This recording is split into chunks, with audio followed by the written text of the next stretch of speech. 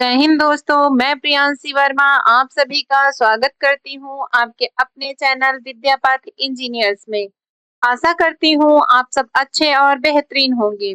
आज हम करने जा रहे हैं अपनी 26 क्लास करंट अफेयर्स की। इसमें कुछ क्वेश्चन के स्टैटिक जीके के भी हैं। आज की क्लास का हमारा पहला क्वेश्चन है, भारतीय संविधान के जनक के रूप में किसे माना जाता है? Jawaharlal Nehru, doctor B R Ambedkar, Sardar Patel, doctor Rajendra Prasad. तो ये डॉक्टर बी आर अम्बेडकर। कौन है? Option number B, doctor B R Ambedkar ने भारतीय संविधान का मुख्य वास्तुकार और जनक भी माना जाता है। वे संविधान की मसौदा समिति के अध्यक्ष थे। कौन थे? संविधान की मसौदा समिति के अध्यक्ष थे। नेक्स्ट, इस नदी को दक्षिण गंगा के नाम से जाना जाता है? गोदावरी, कृष्णा, कावेरी या नर्मदा? से माना जाता है गोदावरी को। किसको माना जाता है दक्षिण गंगा के नाम से? गोदावरी को माना जाता है। यह प्रायद्वीपीय भारत की सबसे लंबी नदी है। इसकी विशाल लंबाई जो है और जल निकासी क्षेत्र के कारण इसे अक्सर दक्षिण गंगा या वृद्ध गंगा भी कहा जाता है। इसको और क्या कहा जाता है? वृद्ध गंगा भी। इसका उद्गम कहाँ से है? यह महाराष्ट्र के नासिक जिले में त्र्यंबकेश्वर से निकलती है। की कुल लंबाई लगभग 1465 किलोमीटर है। कितनी है? लगभग 1465 किलोमीटर। नेक्स्ट, किस विटामिन की कमी से बेरी-बेरी रोग होता है? विटामिन ए, विटामिन बी1, विटामिन सी, विटामिन डी। तो ये होता है विटामिन बी1। विटामिन बी1 थायमिन इसकी कमी से बेरी-बेरी नामक रोग होता है, जिसमें मांसपेशियों में कमजोरी और तंत्रिका तंत्र से जुड़ी समस्याएं हो जाती हैं। विटामिन ए, ये इसकी कमी से कौन सा रोग होता है? ये होता है रतौंधी। और विटामिन सी की कमी से स्कर्वी रोग होता है। और विटामिन डी की कमी से रिकेटस और वयस्कों में ऑस्टियोमलेशिया होता है। नेक्स्ट, हैदराबाद का जुड़वा शहर किसे कहा जाता है? वारंगल, करीमनगर, निजामाबाद, सिकंदराबाद। तो ये कहा जाता है सिकंदराबाद को जुड़वा शहर।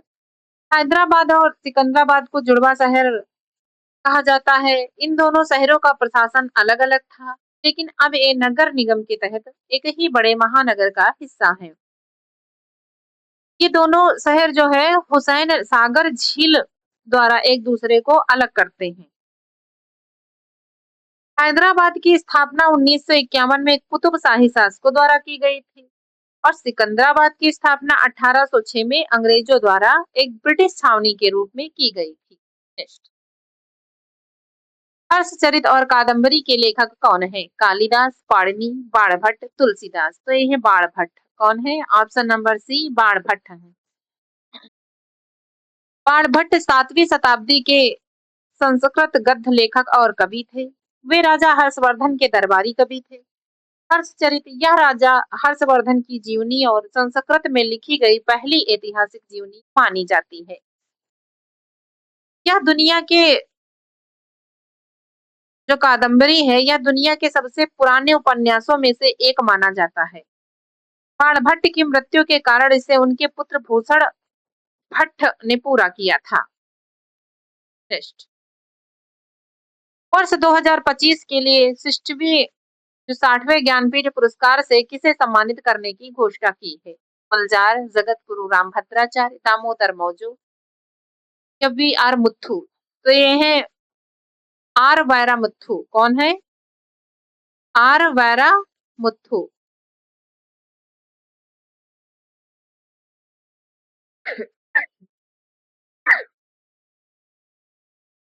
Sorry, option number C, R Vairamuthu. March 2026 में ये घोषणा किया गया है कि प्रसिद्ध तमिल कवि और गीतकार आर वैरामुथु को वर्ष 2025 के लिए 60वें ज्ञानपीठ पुरस्कार के लिए चुना गया है। वह यह सम्मान पाने वाले तीसरे तमिल लेखक और तमिल कविता के लिए सम्मानित होने वाले पहले व्यक्ति हैं। असम के मानस नेशनल पार्क में खोजी गई नई पौधों की प्रजाति का नाम किस प्रसिद्ध गायक के नाम पर रखा गया है? भूपेन हजारिका, जुबिन गर्ग, अरिजीत सिंह पपोन। तो ये है जुबिन गर्ग। कौन है? जुबिन गर्ग। इस प्रजाति का नाम क्या है? इस नए पौधे का वैज्ञानिक जो नाम है वह स्ट्रोबिलैंथिस जुबीनी। यह नाम जुबीन गर्ग के संगीत में योगदान और प्रकृति के प्रति उनके प्रेम को सम्मान देने के लिए चुना गया। इस प्रजाति की खोज शोधकर्ताओं के एक दल द्वारा मानस नेशनल पार्क के सदाबहार जंगलों में की गई है। नेक्स्ट, प्रधानमंत्री मोदी ने भारत के पहले पूरी तरह से स्वचालित ड्राई बल्क टर्मिनल का उद्घाटन किस राज्य में किया है? गुजरात, महाराष्ट्र, पश्चिम बंगाल, उड़ीसा। तो किया है ऑप्शन नंबर ए गुजरात। प्रधानमंत्री मोदी ने गुजरात के जो मुंद्रा में भारत के पहले पूरी तरह से स्वचालित ड्राई बल्क टर्मिनल का उद्घाटन किया। इसका महत्व क्या है? तो ये टर्मिनल बंदरगाह संचालन में दक्षता बढ़ाने और मेक इन इंडिया व डिजिटल इंडिया जैसी पहलों को गति देने के उद्देश्य से बनाया गया है।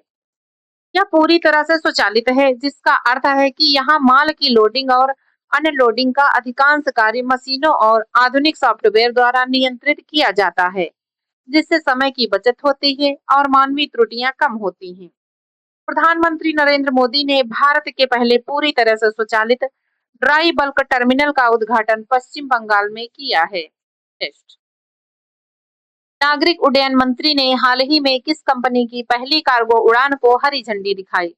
Flipkart, Amazon air, air India, Indigo. तो ये है अमेजन एयर। कौन है? Amazon air. जनवरी 2023 में भारत के तत्कालीन जो नागरिक उड्डयन मंत्री ज्योतिरादित्य सिंधिया ने अमेजन एयर की पहली कार्गो सेवा का उद्घाटन किया था। इसके साथ ही अमेजन भारत में अपनी समर्पित एयर कार्गो नेटवर्क सेवा शुरू करने वाली पहली ई कॉमर्स कंपनी बन गई। डिलीवरी की गति बढ़ाना और लॉजिस्टिक्स नेटवर्क को मजबूत करना इसका उद्देश्य है। अमेजन ने सेवा के लिए क्विक जेट कार्गो एयरलाइंस के साथ हाथ मिलाया है। नेक्स्ट, महिलाओं और बच्चों के खिलाफ ऑनलाइन अपराधों पर राष्ट्रीय संवाद का उद्घाटन किसने किया? अमित शाह, डीवी चंद्रचूड़, स्मृति ईरानी, गोविंद मोहन। सही है गोविंद मोहन। कौन है? Option number D Govind Mohan. केंद्रीय गृह सचिव श्री गोविंद मोहन ने 13 मार्च 2026 को नई दिल्ली में इस राष्ट्रीय संवाद का उद्घाटन किया। इस कार्यक्रम का आयोजन भारतीय साइबर अपराध समन्वय केंद्र, गृह मंत्रालय द्वारा किया गया था। इसका उद्देश्य महिलाओं और बच्चों को निशाना बनाने वाले ऑनलाइन अपराधों को रोकने के लिए विभिन्न हितधारकों के बीच समन्वय और संस्थागत क्षमताओं को मजबूत करना था। नेक्स्ट, बिहार के 43वें राज्यपाल के रूप में किसने शपथ ली है? राजेंद्र आर्लेकर, फागू चौहान, लेफ्टिनेंट जनरल सैयद अता हसनैन, आनंदीबेन पटेल। तो ये है राजेंद्र आर्लेकर। कौन है? राजेंद्र आर्लेकर है। ऑप्शन नंबर ई, ऑप्शन नंबर ए। राजेंद्र विश्वनाथ आर्लेकर ने 18 फरवरी 2023 को बिहार के 43वें राज्यपाल के रूप में शपथ ली। उन्होंने फागू चौहान का स्थान लिया, जिन्हें मेघालय का राज्यपाल नियुक्त किया गया था। बिहार के राज्यपाल के रूप में नियुक्त होने से पहले राजेंद्र आर्लेकर हिमाचल प्रदेश के राज्यपाल के रूप में कार्यरत थे। नेक्स्ट, गुजरात के किस स्थान से पहले साउंडिंग रॉकेट का सफल प्रक्षेपण किया गया है? धोलेरा, अहमदाबाद, सूरत, जामनगर। तो यह है धोलेरा। कौन सा है? Dholera. Option number A. Next, हाल ही में किस राज्य सरकार ने 500 गांवों को प्राकृतिक खेती ग्राम के रूप में विकसित करने का निर्णय लिया है? राजस्थान, उत्तर प्रदेश, गुजरात, मध्य प्रदेश। तो यह है ऑप्शन नंबर सी गुजरात। हाल ही में गुजरात सरकार ने राज्य के 500 गांवों को प्राकृतिक खेती ग्राम के रूप में विकसित करने का महत्वपूर्ण निर्णय लिया है। इस पहल का मुख्य उद्देश्य रसायन मुक्त और टिकाऊ कृषि को बढ़ावा देना है। सरकार इन गांवों को विकसित करने के लिए क्लस्टर आधारित दृष्टिकोण अपनाएगी। इस योजना के तहत किसानों को प्राकृतिक खेती के लिए आवश्यक प्रशिक्षण दिया जाएगा और उनके उत्पादों को सीधे बाजार से जोड़ने में मदद की जाएगी। इसके साथ ही गुजरात सरकार ने मुख्यमंत्री गौ माता पोषण योजना का भी विस्तार किया है, ताकि पशुपालकों को वित्तीय सहायता मिल सके। नेक्स्ट, इस राज्य सरकार ने अपने दिव्यांग कल्याण विभाग का नाम बदलकर दिव्यांग अधिकारिता विभाग कर दिया है? उत्तर प्रदेश, महाराष्ट्र, गुजरात, मध्य प्रदेश। तो ये है महाराष्ट्र। कौन सा है? Option number B Maharashtra. हाल ही में मार्च 2026 में महाराष्ट्र सरकार ने अपने दिव्यांग कल्याण विभाग का नाम बदलकर दिव्यांग अधिकारिता विभाग कर दिया है। नेक्स्ट, बीसीसीआई नमन अवार्ड्स 2026 में सर्वश्रेष्ठ अंतरराष्ट्रीय क्रिकेटर पुरुष के लिए पॉली उमरीगर पुरस्कार किसने जीता? रोहित शर्मा, विराट शर्मा, शुभमन गिल, यशस्वी जायसवाल। तो ये है शुभमन गिल। कौन है? Shubman Gill. Option number C. BCCI Naman awards 2026 में शुभमन गिल को 2024-25 सीजन के लिए सर्वश्रेष्ठ पुरस्कार अंतरराष्ट्रीय क्रिकेटर के रूप में प्रतिष्ठित पाली उमरीगर पुरस्कार से सम्मानित किया गया है। यह उनके करियर का दूसरा पाली उमरीगर अवार्ड है। शुभमन गिल पाली उमरीगर पुरस्कार पाने वाले विजेता पुरुष हैं और स्मृति मंधाना जो है वो सर्वश्रेष्ठ महिला अंतरराष्ट्रीय क्रिकेटर हैं। ये आयोजन तिथि 15 मार्च 2026 को हुई। स्थान कौन सा था? नई दिल्ली था। नेक्स्ट, राष्ट्रीय राजमार्गों पर फास्टैग वार्षिक पास का शुल्क जो वित्त वर्ष 2026-27 के लिए कितना निर्धारित किया गया है? 3,000, 3,050, 3,075 रुपए, 3,200। तो ये है 3,075 रुपए। भारतीय राष्ट्रीय राजमार्ग प्राधिकरण ने वित्त वर्ष 2026-27 के लिए फास्टैग वार्षिक पास एनुअल पास के शुल्क को संशोधित कर 3,075 रुपए निर्धारित किया है। यह नया शुल्क 1 अप्रैल 2026 में लागू होगा। यह वार्षिक पास 1 वर्ष या 200 टोल प्लाजा क्रॉसिंग जो भी पहले के लिए वैध होता है। नेक्स्ट, केंद्रीय मंत्री जी ने किशन रेड्डी ने 2 कोयला गैसिफिकेशन परियोजनाओं का भूमि पूजन किस राज्य में किया? झारखंड, उड़ीसा, महाराष्ट्र, छत्तीसगढ़। तो ये किया है उड़ीसा में। कोयला जो है केंद्रीय कोयला खान और संसदीय कार्य मंत्री जी किशन रेड्डी ने उड़ीसा के अंगुल जिले में 2 महत्वपूर्ण कोयला गैसिफिकेशन परियोजनाओं को भूमि पूजन किया। यह परियोजना उड़ीसा के अंगुल जिले में महानदी कोलफील्ड्स लिमिटेड के अंतर्गत स्थापित की जा रही है। नेक्स्ट,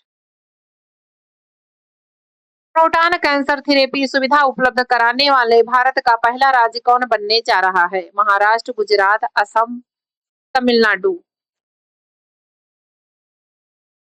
तो यह है असम। कौन सा है? ऑप्शन नंबर सी असम है। असम भारत का पहला ऐसा राज्य बन गया है जिसने सरकारी अस्पताल में प्रोटॉन कैंसर थेरेपी की सुविधा शुरू करने की पहल की है। मार्च 2026 में केंद्रीय गृह मंत्री अमित शाह ने गुवाहाटी में अत्याधुनिक स्वास्थ्य सुविधाओं का उद्घाटन किया, जिससे असम सरकारी क्षेत्र में प्रोटॉन कैंसर थेरेपी की पेशकश करने वाला भारत का पहला राज्य बन गया। रुपीज 14 करोड़ की लगभग जो लागत से बहुउद्देशीय इंडोर स्पोर्ट्स कॉम्प्लेक्स का शिलान्यास किस राज्य में? मांड्या जिले में किया गया है। तमिलनाडु, कर्नाटक, तेलंगाना, आंध्र प्रदेश। तो ये कर्नाटक। कौन सा है? Option number B Karnataka. कर्नाटक राज्य के मांड्या जिले में किया गया है। 14 मार्च 2026 को केंद्रीय युवा मामले और खेल मंत्री मनसुख मंडाविया और केंद्रीय भारी उद्योग एवं इस्पात मंत्री एच.डी. कुमारस्वामी ने कर्नाटक के मांड्या जिले में खेलो इंडिया योजना के तहत इस स्पोर्ट्स कॉम्प्लेक्स की आधारशिला रखी। यह परिसर मांड्या में कृषि विज्ञान विश्वविद्यालय के परिसर में बनाया जा रहा है। इसका उद्देश्य जमीनी स्तर पर खेल प्रतिभाओं को बढ़ावा देना है। नेक्स्ट, हाल ही में आईईपीईए और सेबी द्वारा निवेशक शिविर का आयोजन कहाँ किया गया? कोलकाता, नई दिल्ली, मुंबई, भुवनेश्वर। पूंजी व्यापार विनियामक जो है नियामक भारतीय प्रतिभूति और विनिमय बोर्ड और निवेशक शिक्षा एवं संरक्षण निधि प्राधिकरण ने संयुक्त रूप से 27 मार्च 2026 को भुवनेश्वर, उड़ीसा में छठे निवेशक शिविर का आयोजन किया है। इस शिविर का मुख्य उद्देश्य निवेशकों को उनके रुके हुए लाभांश और बिना दावे वाले शेयरों से जुड़ी समस्याओं को सुलझाने में मदद करना है। इसमें निवेशकों को केवाईसी अपडेट करने, नामांकन जोड़ने के पास लंबित दावों को निपटाने की सुविधा प्रदान की गई है। कहाँ? भुवनेश्वर। नेक्स्ट, ग्राम फिजिकल जो ग्राम डिजिटल सेवाएं पहल के अंतर्गत समृद्धि केंद्र का उद्घाटन कहाँ किया गया? मध्य प्रदेश, उत्तर प्रदेश, आंध्र प्रदेश, अरुणाचल प्रदेश। तो यह मध्य प्रदेश। कौन सा है? ऑप्शन नंबर ए, मध्य प्रदेश। केंद्रीय संचार मंत्री ज्योतिरादित्य एम सिंधिया ने 14 मार्च 2026 को इसका लोकार्पण किया। यह केंद्र मध्य प्रदेश के गुना जिले में उमरी गांव में स्थापित किया गया है। समृद्ध ग्राम पहल के तहत बना यह देश का पहला समृद्धि केंद्र है। यहाँ ग्रामीणों को एक ही स्थान पर स्वास्थ्य, शिक्षा, बैंकिंग और कृषि जैसी आवश्यक सेवाएं डिजिटल माध्यम से उपलब्ध कराई जाएंगी। नेक्स्ट, क्या आज का अंतिम सवाल है। मिलते हैं अपनी नेक्स्ट क्लास में। आज के लिए धन्यवाद।